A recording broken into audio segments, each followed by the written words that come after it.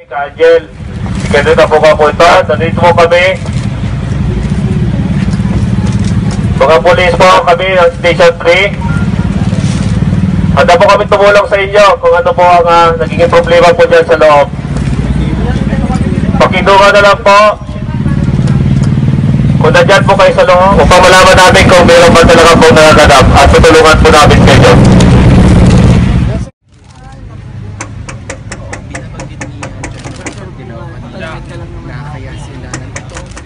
So ito, nandito kami ngayon to check the real situation. So nandito kami para tapukin at announce na we are would like to see what is really happening.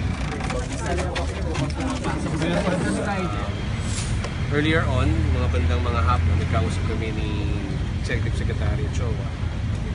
Pinapamonitor niya nga sa akin.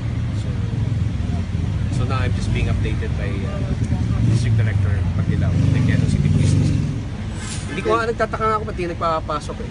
I mean the authorities are here.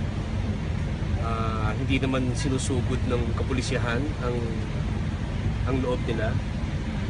We're just here to ensure peace, ensure that everything's fine, no harassment being done, and that's it. So that's why I'm also here, dahil gusto ko rin malaman kung ano ba yung nangyayari. Eh yun nga, na-brief nga ako. And